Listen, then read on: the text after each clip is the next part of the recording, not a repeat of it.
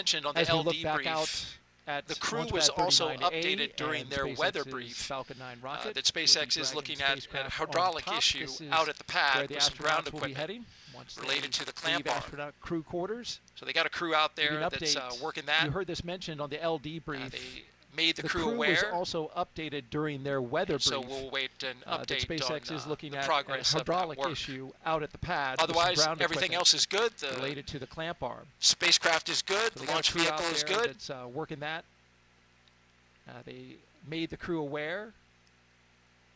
And so we'll wait an update. An interesting on, note the progress now of that about work. Crew 10.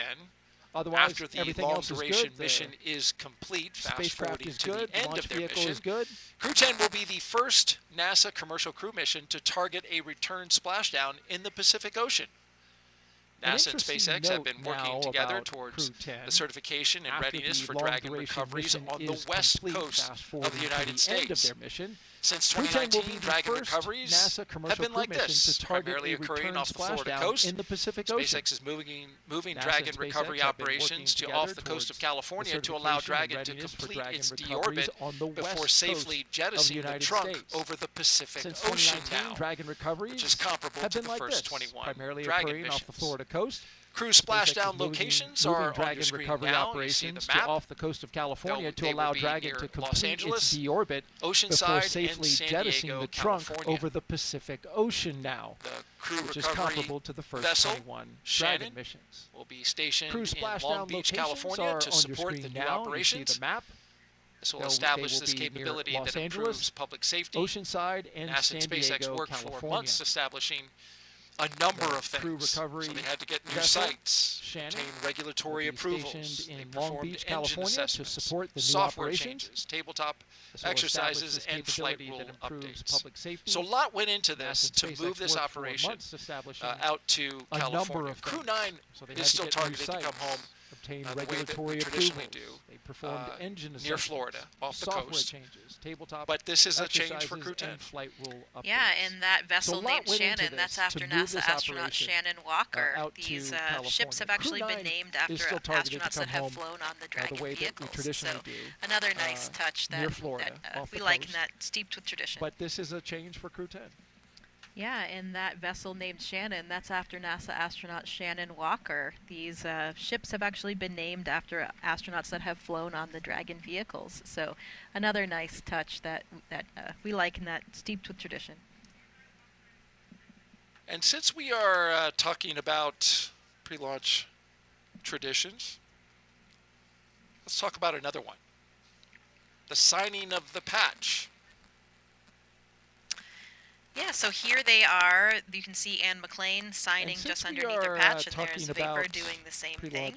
This is signing the mission patch across from the suit room that we were talking about earlier. So one of the traditions that we've started as we're gearing up for our flight. They'll also likely, or so here they actually did already place a sticker at the exit. Signing just underneath may or may not do another one. I think as they're heading out, I think that this is signing the mission patch across from the suit room that we were talking about earlier. I like the other tradition of one the of the traditions that we've started as we're gearing up for our save that commentary. They'll also likely, or they actually did already place a sticker at the exit. May or may not do another one. I think as they're heading out, I think that one is not necessarily done anymore. No, I like the other tradition of the license plates. We'll probably get a view of that one. Maybe we can save that commentary for when they see them come out. Yes, indeed. You mentioned the license plate.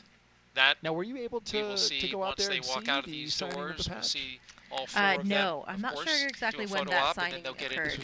Yeah, and here in this shot, you can see if you look on the very bottom left, that's the Crew 10 patch that we can see there, just in the bottom, and that was placed there just last night.